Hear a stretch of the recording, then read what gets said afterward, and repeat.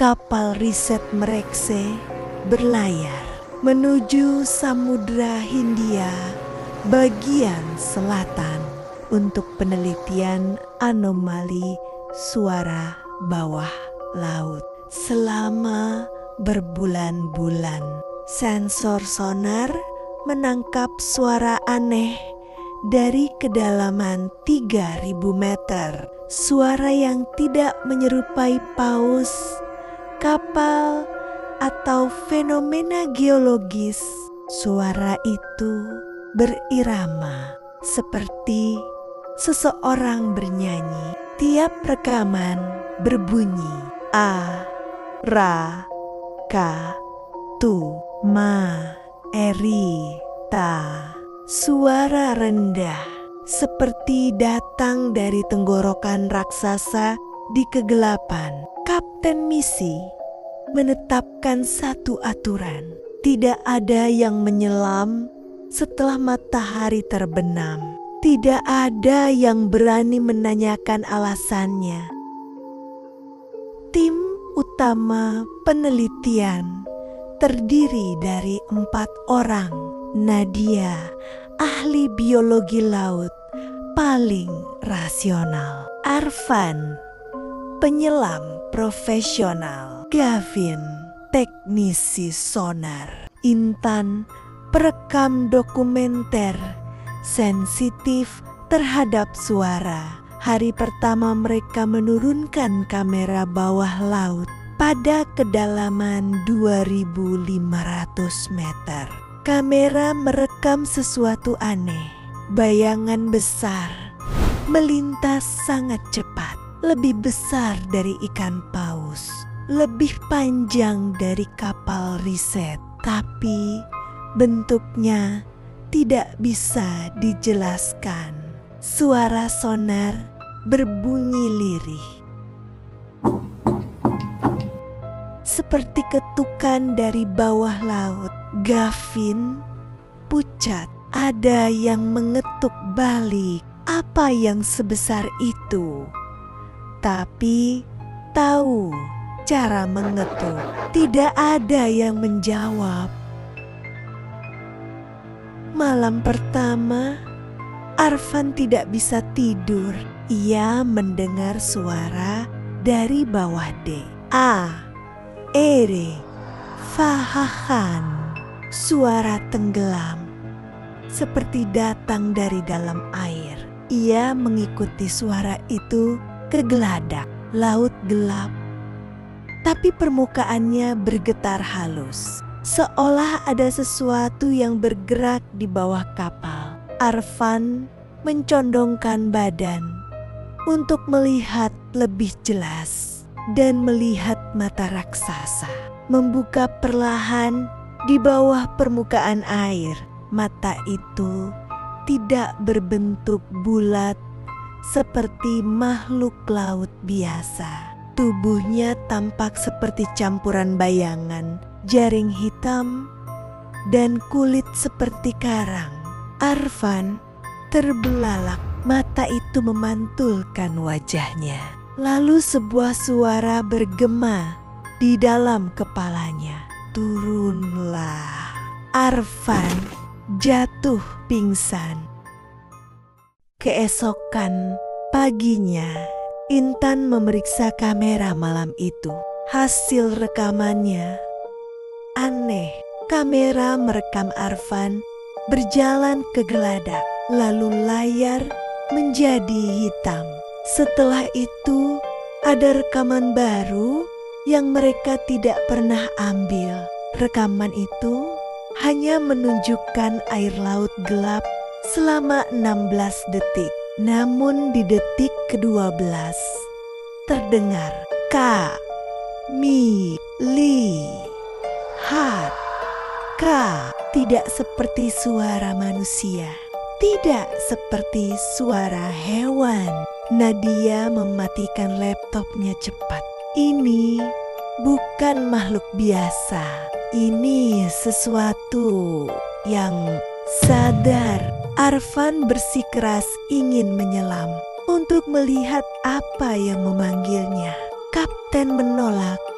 Tapi tengah malam mereka mendapati bahwa salah satu pot selam hilang. Arfan sudah turun seorang diri pada kedalaman 1.200 meter. Komunikasi radio masih berjalan.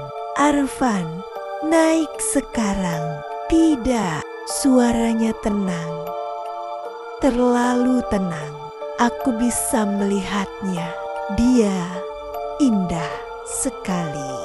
Kevin memantau radar. Ada objek besar bergerak cepat menuju Arfan.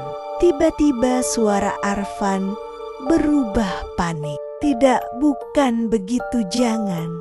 Lalu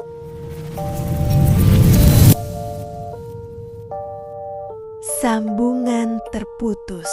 Pot Arfan hilang dari sonar, seolah sesuatu menariknya ke kedalaman tanpa jejak. Tim memutuskan menurunkan kamera ke titik hilangnya Arfan. Kamera menembus kegelapan total. Tidak ada cahaya, tidak ada partikel bergerak. Tiba-tiba kamera menangkap sebuah gerbang raksasa dari batu hitam seperti monolit kuno, berdiri di dasar laut, dan di antara celahnya ada sesuatu yang bergerak sangat besar, seperti tubuh manusia raksasa tanpa bentuk jelas. Suara sonar bergetar. K-A-N-D. Suara terdengar seperti dua pihak yang bicara. Nadia menahan napas. Itu bukan satu makhluk, itu banyak. Intan menutup mulut. Ketakutan. Mereka bernyanyi. Gavin memperbesar rekaman. Dan yang mereka lihat tidak seharusnya ada di dasar laut bumi. Pilar-pilar mirip kuil, ornamen dengan simbol yang tidak dikenal, relief menyerupai manusia tenggelam, dan gambar makhluk besar dengan banyak mata. Struktur itu terlihat terlalu simetris, bukan bentukan alam. Gavin bergumam, ini bukan duniawi. Tiba-tiba di layar kamera muncul sosok Arfan. Ia mengambang, tidak pakai helm, kulitnya pucat membiru, tapi matanya terbuka. Ia menunjuk kamera pelan-pelan, lalu bibirnya bergerak. Intan membaca gerak bibirnya. Pergi, kalian terlambat. Kemudian sosok itu terseret ke kegelapan oleh tangan besar seperti bayangan air.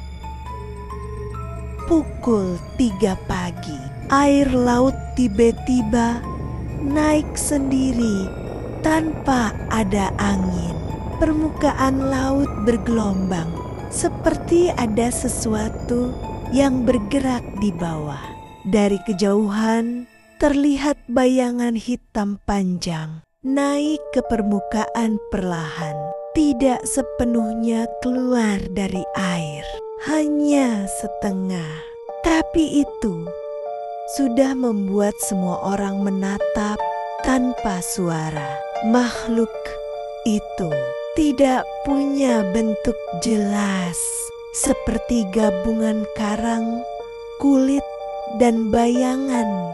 Memiliki banyak mata, dan dari tubuhnya keluar suara serak seperti nyanyian.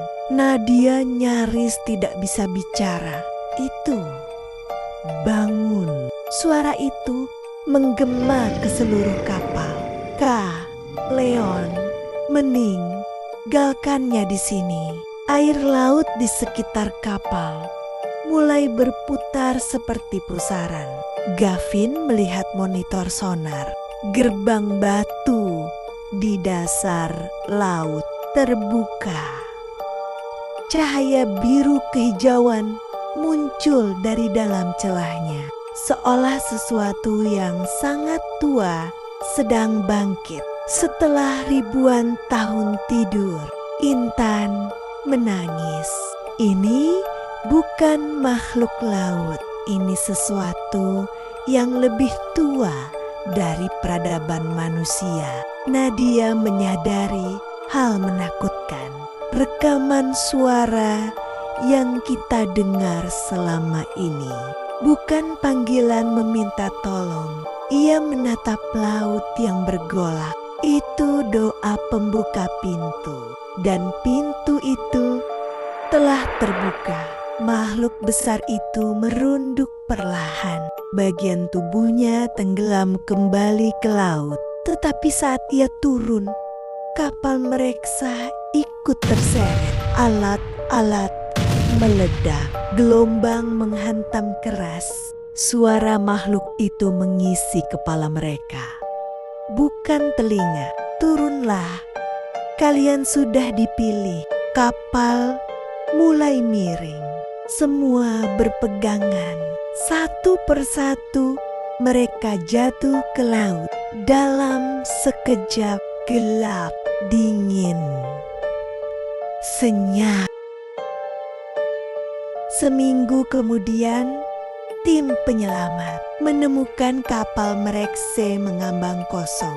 Tidak ada orang, tidak ada jasad, tidak ada tanda perlawanan. Laptop penelitian ditemukan di dek belakang.